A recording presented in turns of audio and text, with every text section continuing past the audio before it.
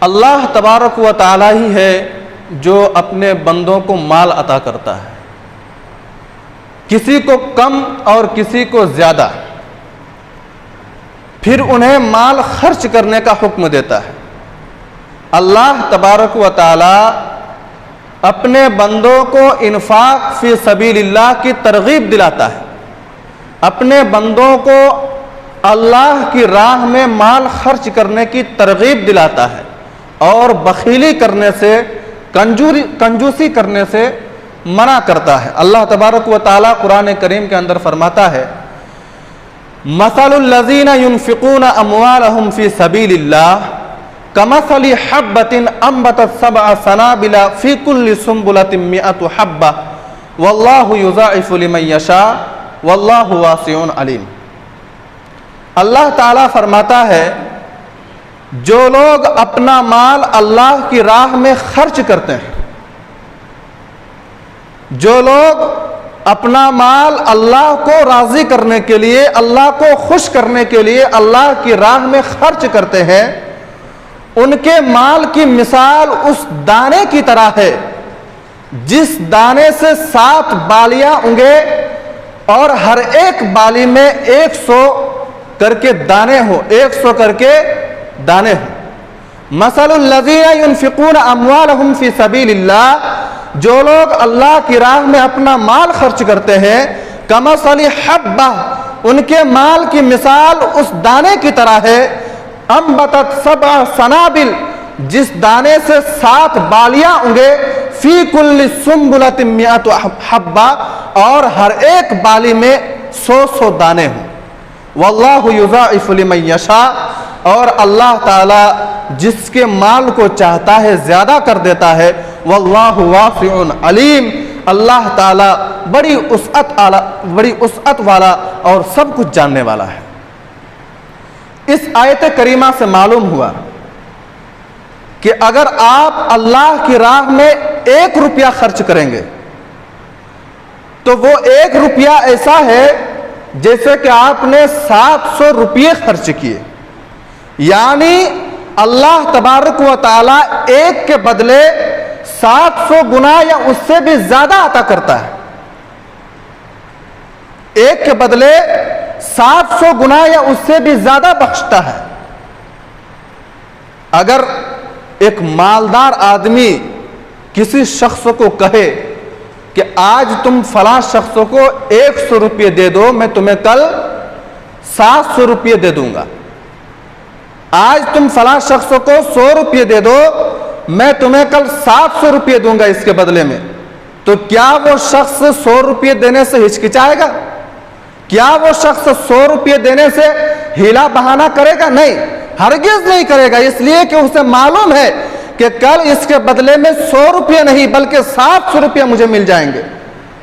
میرے مسلمان بھائیوں، اس ذات بابرکات کے بارے میں آپ لوگوں کا کیا خیال ہے جس کے پاس تمام خزانوں کی چابیاں ہیں، جس کے پاس تمام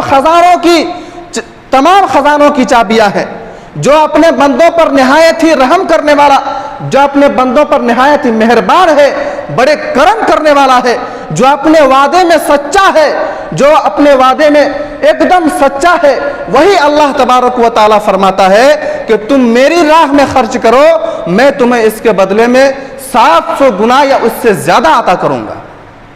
کیا اللہ تعالیٰ اس بات پر قادر نہیں ہے؟ کیا اللہ تبارک و تعالیٰ کے حکم کے مطابق ہمیں اللہ کی راہ میں اپنا مال خرچ نہیں کرنا چاہیے؟ جبکہ اللہ تبارک و تعالیٰ ارشاد فرماتا ہے وَمَا تُقَدِّمُوا لِأَنفُسِكُم مِّن خَيْرٍ تَجِدُوهُ عِندَ اللَّهِ هُوَ خَيْرًا وَأَعْظَمَ أَجْرًا، جو آپ لوگ کوئی بھی خیر کام، کوئی بھی کار خیر اپنے لیے آگے بھیجیں گے، کوئی بھی اچھا کام کریں گے، اللہ تبارک و تعالیٰ کے پاس اس کام کو اس حالت میں پائیں گے کہ وہ اصل صورت سے زیادہ نظر آئے گی اور ثواب اور اجر کے لحاظ سے بہت بڑا ہوگا۔ یعنی اگر آپ 100 روپیہ اللہ کی راہ میں خرچ کریں گے تو وہی 100 روپیہ کل قیامت کے دن آخرت کے حشر کے میدان میں اللہ تبارک و تعالیٰ کے سامنے وہی 100 روپیہ آپ کو بہت زیادہ نظر آئے گا، اور وہی اسی 100 روپے کی وجہ سے آپ کو بہت بڑا اجر و ثواب ملے گا۔ اللہ تبارک و تعالی قرآن مجید کے اندر دن اور رات میں اللہ کی راہ میں خرچ کرنے والوں کو اللہ تبارک و تعالیٰ نے خوشخبری سنائی ہے، بشارت سنائی ہے۔ اللہ تبارک و تعالیٰ نے فرمایا الذین ينفقون اموالهم باللیل والنہار سرا وعلانیۃ فلہم اجرہم عند ربہم ولا خوف علیہم ولا هم یحزنون۔ جو لوگ الذین ينفقون اموالهم باللیل والنہار، جو لوگ اللہ کی راہ میں دن اور رات مال خرچ کرتے ہیں، سرا وعلانیۃ، ظاہری طور پر اور چھپ چھپ کے بھی اللہ کی راہ میں مال خرچ کرتے ہیں، ایسے لوگوں کے لیے فلہم اجرہم عند ربہم، ان لوگوں کے لیے اللہ تبارک و تعالیٰ کے پاس بہت بڑا اجر ہے، ولا خوف علیہم ولا هم یحزنون، اور حشر کے میدان میں ان لوگوں کو کوئی غم اور کوئی خوف نہیں ہوگا۔ اللہ اکبر۔ اللہ کی راہ میں مال خرچ کرنے کی اتنی فضیلت ہے۔ اللہ تبارک و تعالیٰ نے ایک مقام پر صاف صاف بیان فرما دیا ہے، واضح طور پر بیان فرما دیا کہ تم میں سے کوئی بھی شخص اس وقت تک نیکی پا ہی نہیں سکتا جب تک کہ وہ اللہ کی راہ میں اپنا محبوب مال خرچ نہ کر ڈالے۔ اللہ تبارک و تعالیٰ نے فرمایا کہ لن تنالوا البر حتى تنفقوا مما تحبون وما تنفقوا من شيء فإن الله به عليم۔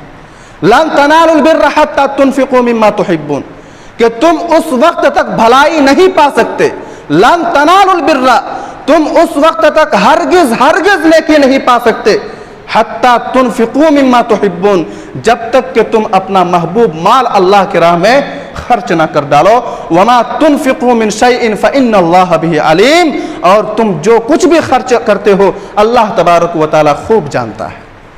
تم جو کچھ بھی خرچ کرتے ہو، اپنا محبوب مال خرچ کرتے ہو یا ضائع و برباد والا مال خرچ کرتے ہو، سب اللہ تبارک و تعالی جانتا ہے۔ اللہ تعالیٰ علیم بذات الصدور ہے، دلوں کی دھڑکنوں کی بات کو جاننے والا ہے۔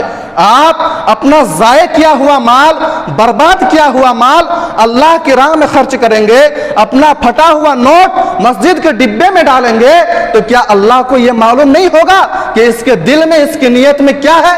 میرے بھائیو، اللہ تعالیٰ علیم بذات الصدور ہے۔ وما تنفقوا من شیء فإن اللہ به علیم، تم جو کچھ بھی خرچ کرتے ہو اللہ تبارک و تعالیٰ اچھی طرح جانتا ہے، بہترین طریقے سے جانتا ہے۔ جب یہ آیت کریمہ نازل ہوئی لن تنالوا البر حتى تنفقوا مما تحبون، کہ تم اس وقت تک نیکی نہیں پا سکتے جب تک کہ اپنا محبوب مال اللہ کی راہ میں خرچ نہ کر ڈالو۔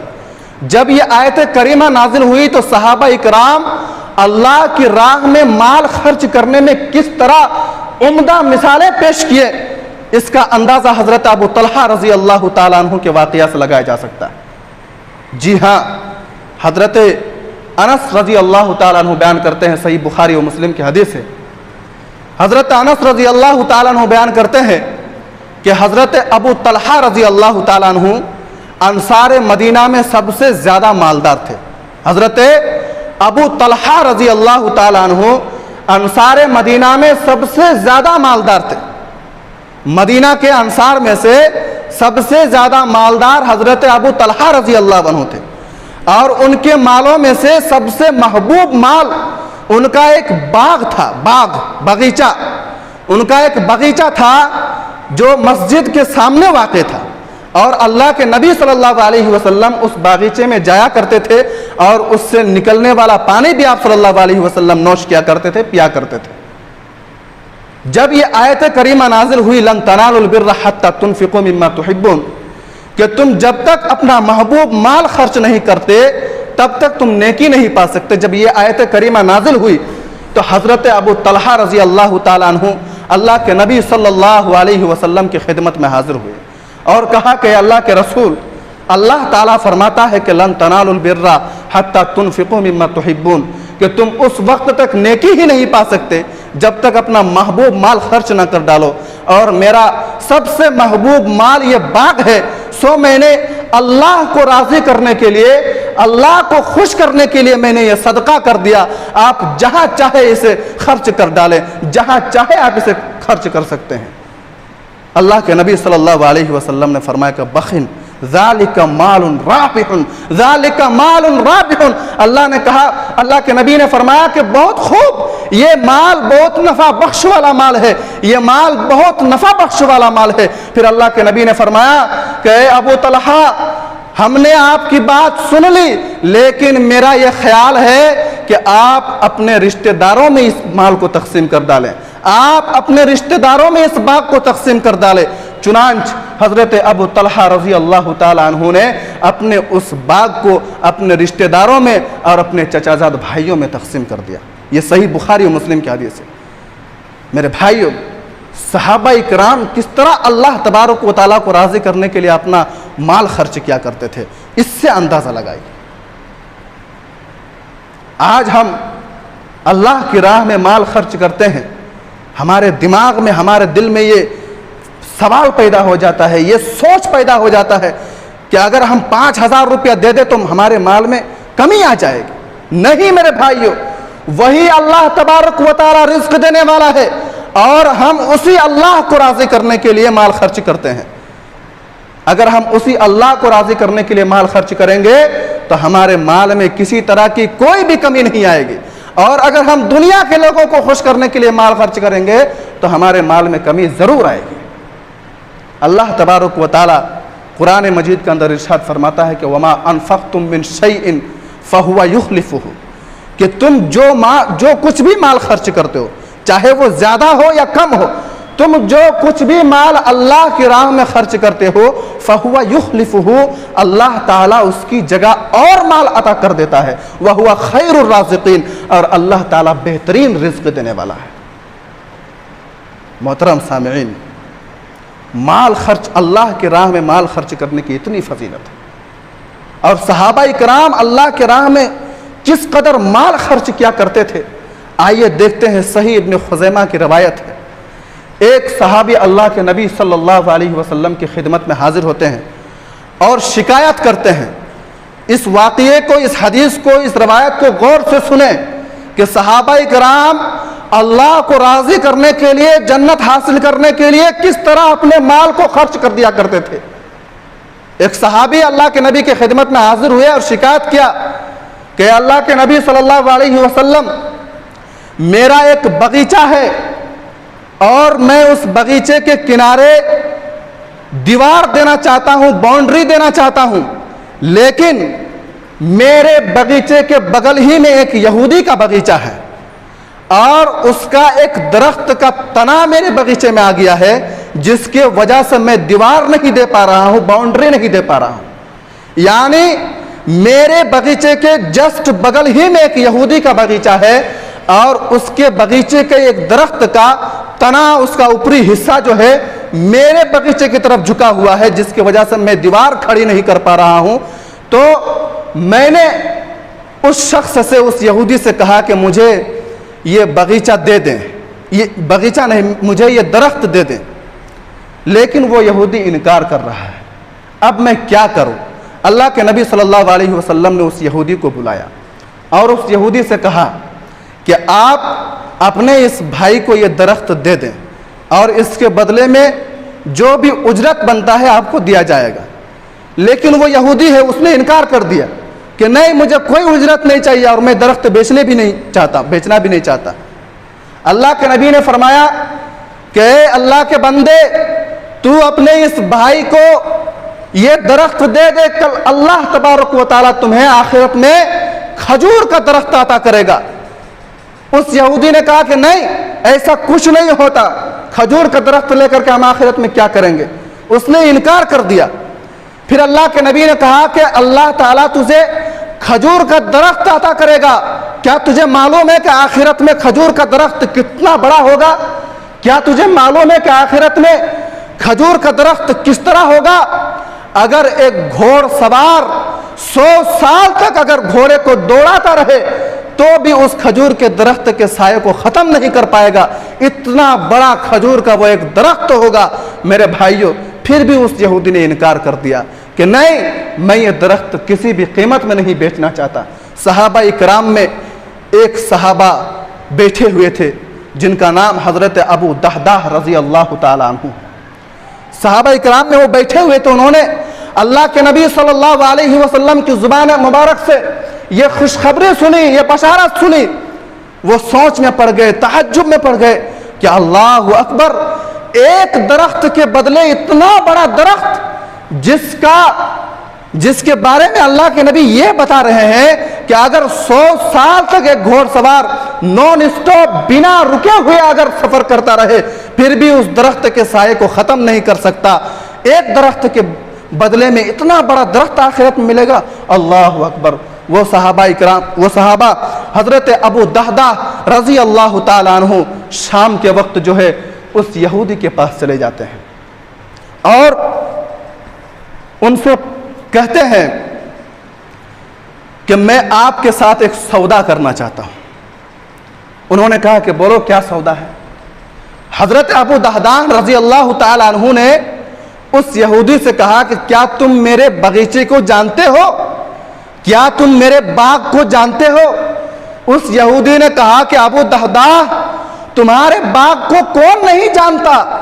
تمہارا اتنا بڑا باغیچہ، اس کو کون نہیں جانتا؟ تمہارے باغیچے میں 600 درخت ہیں اور ان میں ہر قسم کے، ہر کوالٹی کے کھجور اگتے ہیں۔ تمہارے باغیچے کو کون نہیں جانتا؟ اس میں ایک بہت بڑا مکان بھی بنا ہوا ہے، اس میں بہت بڑے بڑے کنویں بھی بنے ہوئے ہیں۔ تمام کنویں سوکھ جاتے ہیں لیکن تمہارے باغیچے کا کنواں سوکھتا نہیں ہے۔ تمہارے باغیچے کو کون نہیں جانتا؟ جب کھجور کا فصل ہوتا ہے تو اس وقت مدینے کے لوگ، ادھر ادھر کے آس پاس کے لوگ جمع ہو کر کے تمہارے کھجور کو خریدنا چاہتے ہیں، تمہارے کھجور کو خریدنے کے لیے انتظار میں رہتے ہیں۔ تمہارے باغیچے کو کون نہیں جانتا؟ حضرت ابو دہدہ رضی اللہ تعالیٰ عنہ اس یہودی سے کہتا ہے کہ اللہ کی قسم، میں تمہیں اپنا وہ باغیچہ مکان سمیت اور کنویں سمیت تمہیں دے دوں گا، بس تم مجھے وہ ایک درخت دے دو جسے کل تم سے اللہ کے نبی صلی اللہ علیہ وسلم نے مانگا تھا۔ میرے بھائیو، اس یہودی نے کہا کہ ابو دہدہ، آپ ہوش میں تو ہیں؟ ایک درخت کے بدلے میں اتنا بڑا باغیچہ آپ دے رہے ہیں، ہوش میں تو ہے؟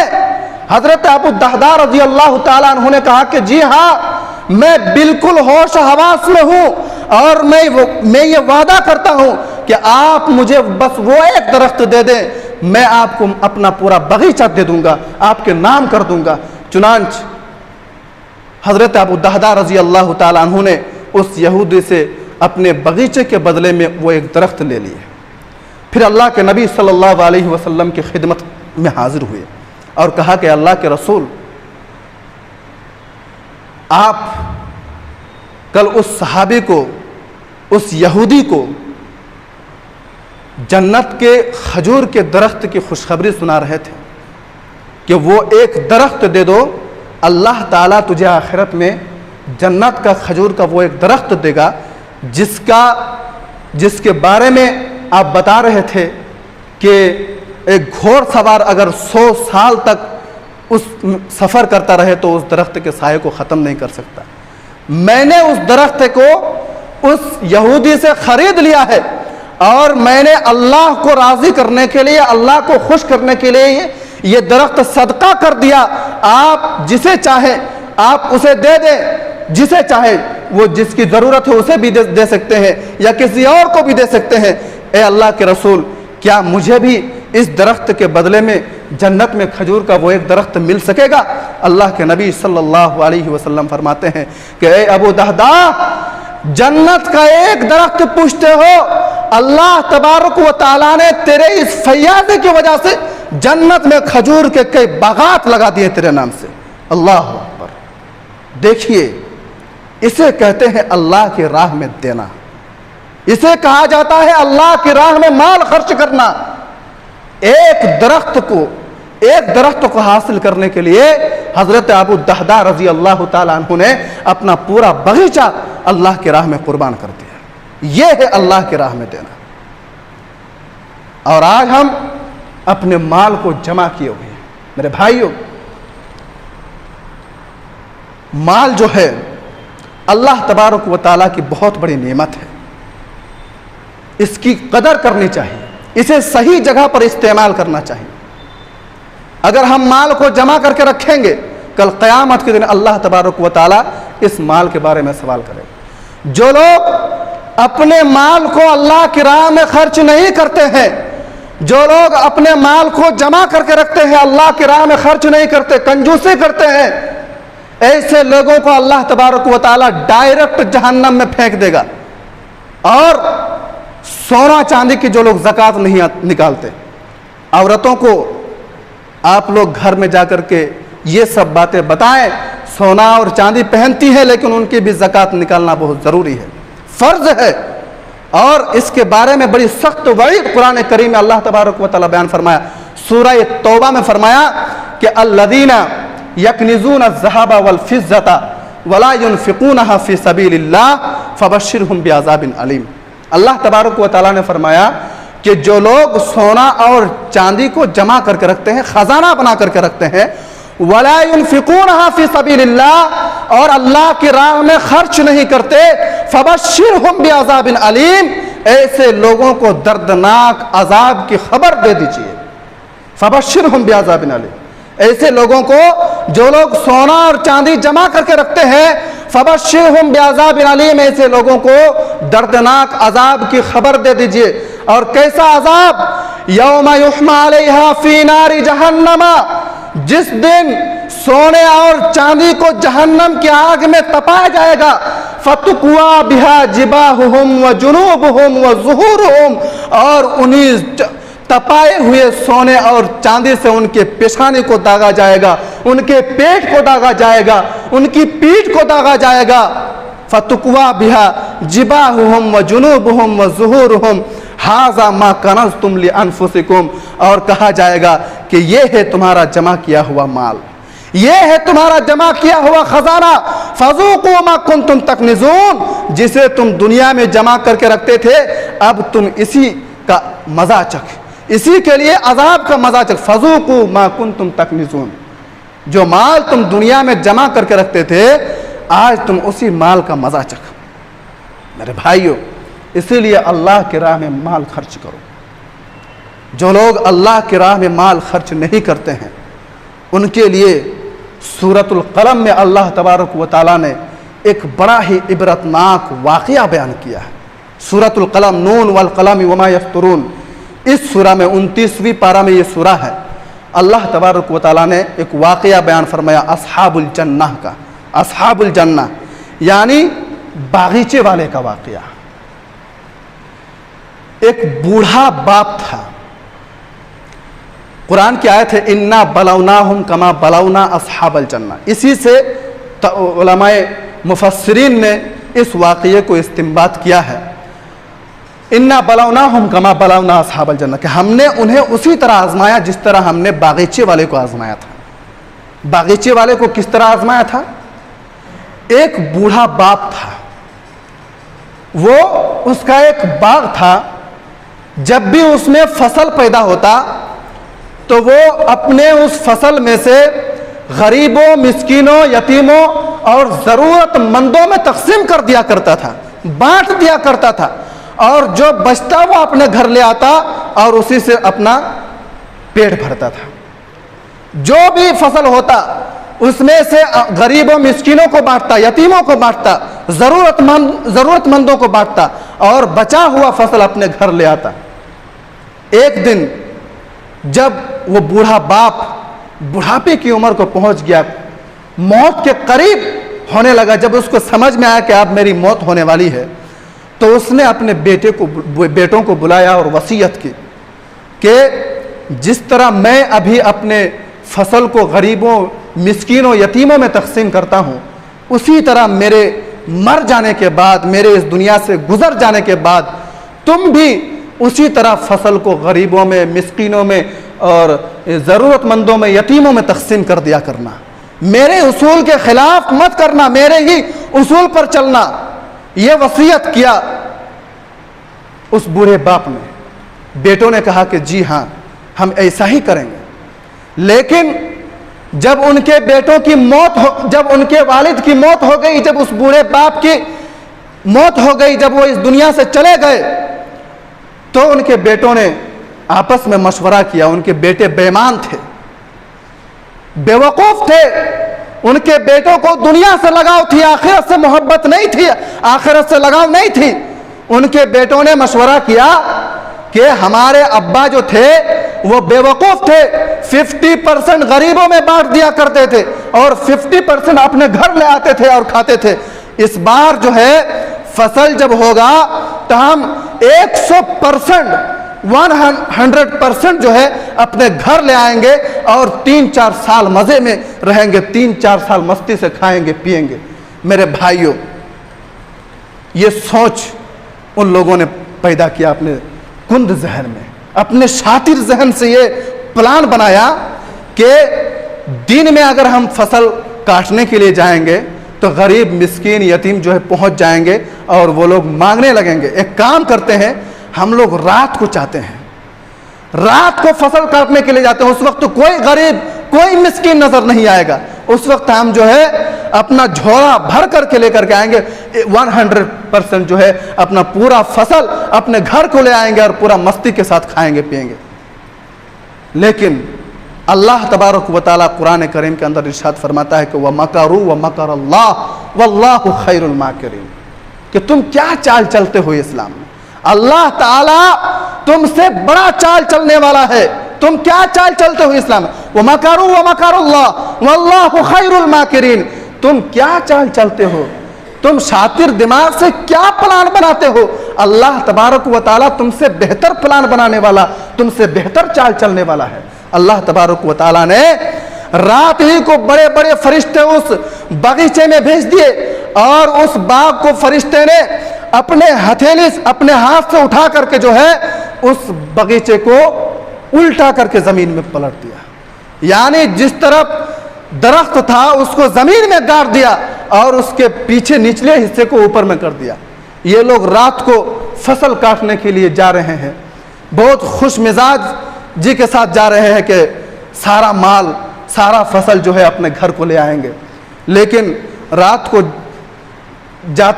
جانے کے بعد جب وہ اپنے باغیچے کے قریب پہنچتے ہیں تو پورا نقشہ ہی بدلا ہوا ان لوگوں کو نظر آتا ہے. ان لوگوں کے دماغ میں یہ شک پیدا ہو جاتا ہے کہ کہیں ہم غلط جگہ پر تو نہیں آ گئے. پھر وہ لوگ دوسری مرتبہ کوشش کرتے ہیں کہ چلو بھائی ہو سکتا ہے کہ ہم لوگ غلط جگہ پر آ گئے، چلو دوسری مرتبہ کوشش کرتے کرتے صبح ہو جاتی ہے. پھر بھی وہ لوگ صحیح جگہ پر پہنچتے نہیں.